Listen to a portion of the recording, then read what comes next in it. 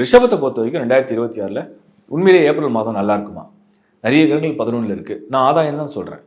உலகமே கஷ்டப்பட்டாலுமே ரிஷபத்துக்கு, ரிஷப ராசி இல்லை ரிஷப லக்னத்தை சேர்ந்துருந்தீங்கன்னா ஓரளவுக்கு உங்களுக்கு ஆதாயமான பலன் இருக்குது. கெட்ட பலன் நான் சொல்ல முடியாது.